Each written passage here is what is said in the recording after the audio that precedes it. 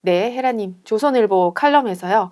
윤 대통령에 대해서 계엄처럼 이성을 잃을 정도로 분노한 건 김건희 문제뿐이다. 모든 행보가 김건희 여사를 지키기 위한 거였고 그 최종적 수단이 비상계엄이었다. 이런 해석을 내놨습니다. 사실 이런 해석은 외신 해석까지 이미 나오고 있는데 이거에 대해서 헤라님 한 말씀 부탁드립니다. 윤 대통령은 김건희 여사 없이 못 살아요. 그건 그냥 이혼하세요. 살지 마세요. 그럼 쉬운 말이지. 그렇지가 않아요. 잠재의식 속에서 이분은 김건희 여사를 딱 붙들고 있어. 구원자로. 남존여비가 아니라 여존남비지. 여자 없이 못 사는 열등한 남자 마음이 있는데 남자들이 그 마음이 사실은 조금씩 다 있어요. 그렇죠? 왜냐하면 예. 남자도 엄마가 여자잖아요. 엄마가 날 버리면 어떻게 돼? 죽지. 그러니까 여자에 대해서 엄청 집착하고 의지하는 마음이 있어서 요즘 남자들이 여자한테 꼼짝 못 하잖아요. 결혼하면 대부분. 그게 왜 그러냐. 힘으로다가 뭐 돈으로 다 이기는 게 아니라 누가 더 의지하느냐. 마음으로. 그게 그 사람이 강자가 되는 약자가 되느냐인데 부인한테 돈 다 벌어다 주고 다 해주는 남자도 절절매. 왜 그래? 이 여자 없이는 안 되는 거야. 집착하고 의지하는 마음이 생겨요. 어떤 사람과 인연을 맺으면 그 사람한테 심하게 집착을 하게 돼. 의지하게 돼. 엄마로 보이는 거지. 부인이. 근데 엄마한테 버림받을까 봐 두려운 애기 마음 때문에 부인한테 의지하는데 윤 대통령은 그게 아주 심하죠. 아버지가 암만 그랬을 거야. 딸을 예뻐하고 윤 대통령이 엄마, 부인에게 되게 의지하면서 그걸 우리 수행 용어로는 성살기라고 해요. 성적으로 굉장히 의지하면서 그 다 내 여자라고 두 여자를 움켜잡았어. 그 과정에서 윤 대통령은 굉장히 다 빼앗긴 남자. 아무것도 내게 없는 남자. 되게 외롭고 불쌍하고 쓸쓸한 남자로 자라면서 고집이 세졌죠. 왜? 그렇게 나는 다 아무것도 없고 이 집안에서 되게 외롭고 혼자라는 마음을 많이 가졌을 텐데 그걸 인정하기 싫었을 거야. 너무 아프니까. 그래서 아버지와 아들의 사이는 남자 대 남자로 경쟁하잖아. 그때 완전히 지고 경쟁에서 졌다는 얘기는 뭐 돈이나 다른 거로 진 게 아니에요. 여자를 빼앗겨서. 아버지는 두 여자를 다 가져서 강자. 난 여자 없어서. 그리고 늘 늦게까지 노총각으로 있으면서 여자에 대해서는 열등감을 느낀 거야. 아버지한테 빼앗겼으니까 나는 다른 남자랑도 경쟁하면 질 것이고 여자는 나를 안 좋아해. 이게 무의식 속에 생겼는데 뒤늦게 김건희 여사를 만나서 너무 행복했을 거야. 구원자 맞는 것처럼. 그리고 김건희 여사가 또 집착이 센 분이라 집착이 센 여자는 어떠냐면 남편한테 하나하나 다 챙기고 다 지배하고 근데 그 집착이 자기는 사랑으로 느껴졌을 거예요. 윤 대통령은. 지배하고 집착하는 게. 너무나 버림받고 혼자서 외롭게 쓸쓸하게 사시다가 그렇지. 이 여자가 나를 이렇게 사랑해준다. 사랑해준다 느끼지. 일일이 지배하고 하는 어떻게 거. 보면 무의식에서는 진짜 구세주, 은인. 그렇게 느끼지. 은인이지. 정말로 고맙고 행복하지. 자기한테 누구도 관심이 없고 그랬는데 관심을 주고 예전에 그 중동에 갔을 때 영상을 보면 김건희 여사가 카메라 보고 웃으라는 것까지 다 얘기를 해. 예. 그러면 또 그대로 해. 보통 남자 같으면 그걸 안 웃는다고 뭐 어떻게 되는 게 아니지, 그치? 근데 그걸 사랑이라고 하는 거야. 지배자를 써요. 그게 보통 연애를 하거나 결혼을 하면 당신 이렇게 저렇게 하고 할 때 그걸 짜증내는 사람도 있지만 아 이게 사랑이야. 날 사랑해서 이렇게 해줘 하고 따르는 사람도 있고 또 그렇게 지배하는 것이 집착이 사랑이라고 착각하죠. 많은 연애하는 커플이나 부부들은 그걸 그대로 하고 있는 거야. 그러면서 행복해요. 그래서 이 여자가 가면 나는 죽을 것 같아.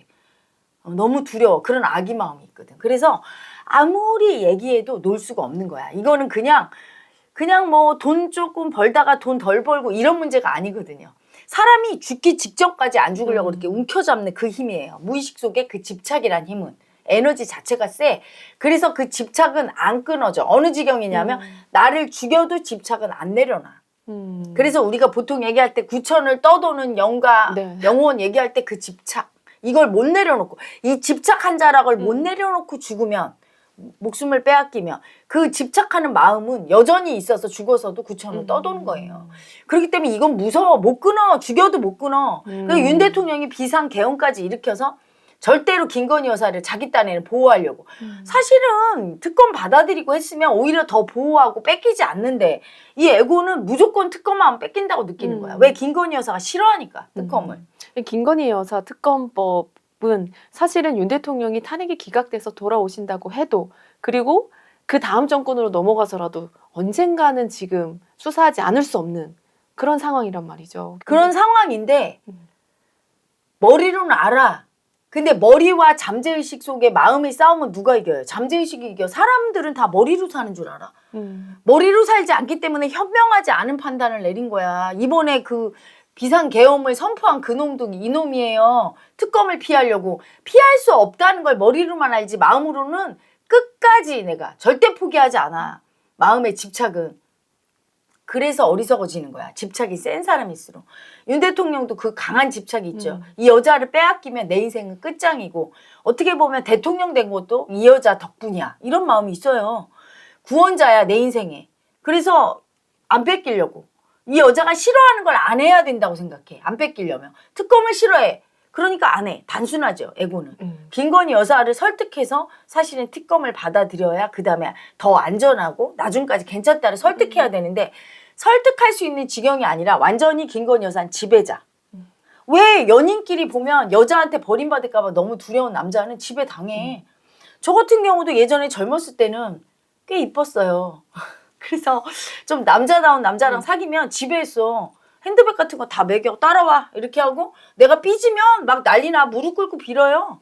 공공장소에서도 빌어. 왜 그래? 그 사람이 힘이 없나? 힘도 세고 남자고 다 가졌어도 이 여자에 대한 집착. 날 떠나?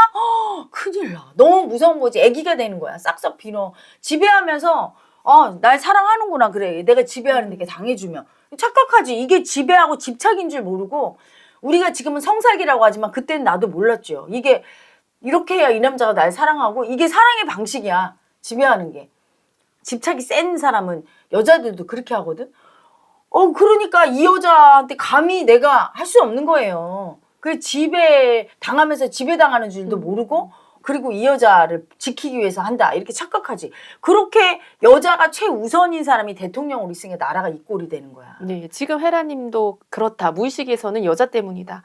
해외 언론까지 김건희 여사 여자 때문이다라고 하는데 정작 당사자인 윤석열 대통령은 이 사실을 알고 계시는 건지. 전혀 모르지. 전혀 모르지. 알면 그렇게 하겠냐고. 장악당해 있으니까. 많은 남자들이 부인을 되게 무서워하면서 내가 부인한테 지배당하고 부인의 아바타로 꼭두각시를 산다고 인정할까? 절대 안 해. 봐준다고 생각해. 내가 그냥 봐주고 우리 부인이 힘들까 봐 내가 지켜주지? 이렇게 생각해. 아니에요. 지켜주는 게 무서워서 그런 거예요. 이혼당하고 버림받을까 봐. 그걸 인정하면 어떻게 되느냐.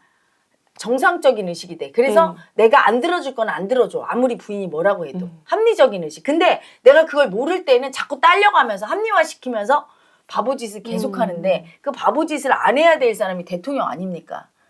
나라를 움직이는 사람이 부인 말만 듣고 부인이 무서워서 부인 지키는 데만 정신을 쏟으면 어떻게 돼?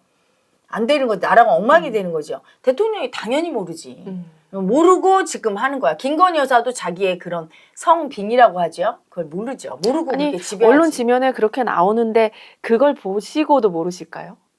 그걸 보고도 모르는 게 빙의 에고예요. 모든 사람은 그렇게 살아요. 그래서 가끔 남들이 나에 대해서 얘기할 때 내가? 이런 분들 많잖아. 내가 생각하는 나와 남이 생각하는 나가 다르죠. 나는 나를 속이는 빙의가 있어. 근데 남은 못 속여. 그래서 남이 보기엔 다 보이는데 자기가 그런 사람인 줄 모르고 사는. 그런데 그 마음이 내 현실을 창조해서 내 현실을 만들지. 윤석열 대통령도 여기까지 지금 온 거예요. 예. 가장 무서운 게 그거지. 자기가 알아차리지 못한 마음.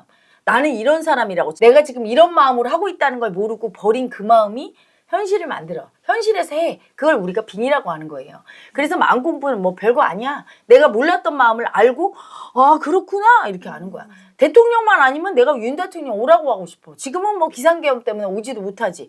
예전에는 한동훈 대표는 내가 오세요 이렇게 한 거는 지금 쉬니까. 근데 윤 대통령 오세요도 못하고 얼마나 속이 탁해서 여기서 버럭버럭하고 막 무의식도 얘기해주고 하는데 안 되는 거죠. 자기가 직접 와서 자기 마음을 봐야 돼. 깜짝 놀래. 와서 보면 내가 이렇게 부인이 무서워서 와 내가 이랬구나. 그리고 이 마음이 아버지한테 물려받고 우리 아버지랑 똑같네. 우리 아버지 그래서 그렇게 내 여동생만 이뻐하고 엄마를 다 차지하고 엄마한테 의존하고 살았구나. 이렇게 알게 돼요. 자기가. 그동안에는 마음에 집중할 일이 없잖아. 우리 국민이. 맨날 머리에 지식이나 배우고 마음은 인정 안 하니까 내가 몰랐던 그 마음이 내 인생을 막 지배하게 되는 거죠. 그래서 정치인을 뽑을 때 마음을 보고 뽑는 게 되게 중요한 거예요. 내가 예전에는 정치인의 무의식을 몰랐어. 뭐 관심을 가져야 알지. 주로 제자들의 무의식에 관심을 가지니까. 근데 위대한 이슈 하면서 내가 왜 이걸 하도록 하늘이 얘기했는지 알았어. 인도했는지. 정치인의 무의식을 얘기하면서 국민께 알려주는 게 내 본분인 거예요. 그래서 국민이 이 사람이 자기가 잘 판단이 안 쓰는 사람은 이 사람은 나란히라는데 적합하구나. 이 사람은 부적합하구나를 좀 판단할 수 있게. 그리고 지혜로운 국민은 또 금방 내 말에 공감하고 알아보는 국민들이 많아요. 중도층 국민들은 지혜로워. 좌로나 우로나 치우치지 않은 극단적으로 내 뜻대로 하겠다는 마음이 센 사람일수록 어때요? 내 편, 네 편 갈라서 내 편이 부적절해도 도둑질을 하고 사기꾼이든 전과자든 상관하지 않고 고집이 세든 상관하지 않고 무조건 내 편이야. 근데 중도 국민은 그렇게 비합리적으로 무조건 내 뜻대로 하겠다고 고집 부리고 나는 국민과 다르게 나는 잘못했어도 벌 안 받겠다고 하는 그런 의식에 대해서는 부적절하다고 알고 있죠. 그래서 찍지 않지. 우리 국민 전부 다 그래야 돼. 그래야 정치인이 제도가 돼요. 우리 국민과 나는 똑같아야 돼. 이렇게 받아들여야 되는데 여전히 자기를 좋아하니까 나 이렇게 해도 되나 봐. 윤 대통령 아직도 구급화해서 화환 보니까 계속 부인 감싸고 이렇게 고집 부리고 내 여자만 아끼고 돌아도 되는가 보다 이렇게 생각하고 이재명 대표 그래 나를 이렇게 지지 많이 하는 거 보니까 내가 사기치고 뭐 대북 송금하고 법에 걸리는 일을 해도 괜찮은 거야. 나는 괜찮아. 치외 법권이야 나는. 이렇게 생각하는 정치인이 늘어나는 거예요. 그렇지 않고 우리 국민과 똑같이 합리적인 북유럽의 그 선진적인 정치인들이 나오려면 국민 마음이 선진적이어야 돼. 선진적인 의식. 즉 의식 수준이 높다 하면 뭐예요? 내 뜻대로 하겠다는 집착이 적어야 돼요. 내 뜻대로 하겠다는 마음. 내 뜻대로 안 되면 폭력을 써서라도 쌍욕을 해서라도 가서 무슨 짓을 해서라도 멱살을 잡아서라도 비상계엄을 선포해서라도 법을 갖다 피해 나가고 내가 당대표를 이용해서라도 내 뜻대로 하겠어. 이 마음이 셀수록 열등인 거야. 그 열등의 집착이 운용을 하게 되면 나라 전체가 열등하게 되고 망하게 되는 거죠. 의식이 따라가 현실이. 현실은 의식이 만들기 때문에 열등의 의식으로 일을 하면 그 다음에 현실에 폭망한 열등이 현실이 오는 거예요. 항상 마음이 먼저 그 다음에 현실이지. 그래서 정치인을 판단할 때 무조건 야당 여당을 떠나서 저는 여당 야당을 떠나 있어요. 의식을 보고 판단하거든. 근데 내가 그 한동훈 대표에서 좋게 얘기하니까 댓글에 이분 한동훈 지지자구만. 그러면 나는 우원식 지지자기도 해요. 요즘에는 이재명 대표도 괜찮게 보여. 귀엽게 보여. 그 권성동 의원이 이 바보같이 여야정 협의체 만든다고 하니까 고집 부리면서 너희들이 주도할 거지? 우리 안 들어가. 이러니까 이재명 대표가 주도해도 된다고. 그게 강자의식이에요. 양보하고 하는 게. 권성동 의원 똑같더만 윤 대통령하고. 어떻게 저런 사람을 갖다가 국회의원으로 뽑아줘서. 그냥 내 편이면 되는 거야? 국민들은 후진적인 그런 열등의 의식에서 벗어나야 돼요. 정치인만 뭐라고 할 게 아니야. 그따위 정치인이 나온 거 뽑아줘서 그래. 그러면 나 또 우원식 지지자네. 조경태 의원 지지자고. 도대체 몇 명을 지지하시는 겁니까? 그러니까 나는 중도 의식. 물론 자기 편을 조금 더 하지만 그래도 합리적이고 국민 보기에 부끄럽지 않은 양심이 있고 수치를 좀 아는 사람들. 그런 분들이 양심적인 분들이 국회를 운영하고 나라의 지도자로 있어야 되거든요. 그래서 그런 정치인의 의식을 얘기해주고 합리적인 분들에 대해서 우리 국민들이 뽑는데 내가 조금 도움을 주고 얘기해서 그래서 우리나라가 선진국 되는데 또한 우리나라 앞으로의 그 역사를 제가 공부를 한 사람이기 때문에 그 마음의 눈으로 볼 때 제가 말한 대로 될 거예요. 제가 늘 얘기하죠. 이슈에서. 10년 할 거다. 10년이 지나야 우리나라 변해요. 10년이면 강산이 변하죠. 마음이 안 변하겠습니까? 제가 제자들을 가르쳐보니까 10년이면 변하더라고. 계속 이슈하면서 나란 일을 마음으로 보면 제 뜻이 있으니까 제 뜻대로 이렇게. 제 뜻은 개인의 뜻이 아니죠. 하늘의 뜻으로 봐. 적절한 사람이 정치인이 되고 대통령이 되고 그러면서 나라가 선진국이 되지. 후진적인 의식을 가진 사람이 정치 지도자가 될 때 어떻게 나라가 선진국이 되겠어요. 이렇게 후진국에서나 일어나는 비상계엄이 발동됐다는 얘기는 우리나라가 아직도 후진적인 의식이라는 얘기고 그 얘기는 국민의 의식을 보고 대통령을 뽑은 게 아니라서 그런 거예요. 앞으로 지도자는 다 의식을 보고 뽑아야 되고 그 정치인의 의식에 대해서 저는 좌나 우나 여야를 가리지 않고 합리적이지 않은 건 비판하고 합리적인 건 인정하면서 그래도 양심적이고 완벽하다는 게 아니에요. 그분이 잘못하면 또 비판해. 제가 한동훈 대표도 비판하고 했잖아요. 하나님께서는 사람 자체가 고정되어 있는 실체가 아니라 음. 그 사람 마음에 대해서 보시기 때문에 왔다 갔다 하지. 네. 그러니까 그분들은 자꾸 우리 구독자님은 내가 자꾸 변한다고 변덕이 있다. 아니에요. 사람이 완벽한 사람이 어디 있어. 잘못하고 틀리면 마음을 잘못 쓰면 얘기해주고 잘 쓰면 인정해주고 그런 거죠. 근데 그게 어떤 바운더리가 있어야 되는데 너무 국에 가 있는 사람은 쓸모가 없는 사람이야. 그 다음에 중도에서 합리적인 판단으로 조금 실수할 수도 있지만 그래도 그 실수 범위가 크게 벗어나지 않을 때. 그럴 때 그런 분들이 정치를 해야 우리나라가 이렇게 안정이 되지. 극단적이야. 아니, 자기 뜻대로 하겠다. 비상계엄도 막 선포해. 막 자기 뜻대로 하겠다고 그냥 벌도 하나도 안 받고 그냥 자기 당을 만들어 그냥. 우상 숭배하는 당을. 막 이런 극단적인 의식을 가진 사람. 막 자기 가족들한테 그런 쌍욕을 막 해. 그런 사람의 의식을 봐야 돼요. 그런 의식을 가진 사람이, 그런 천박한 의식을 가진 사람이 어떻게 나라를 운영을 하겠습니까? 그런 걸 얘기하는 거죠.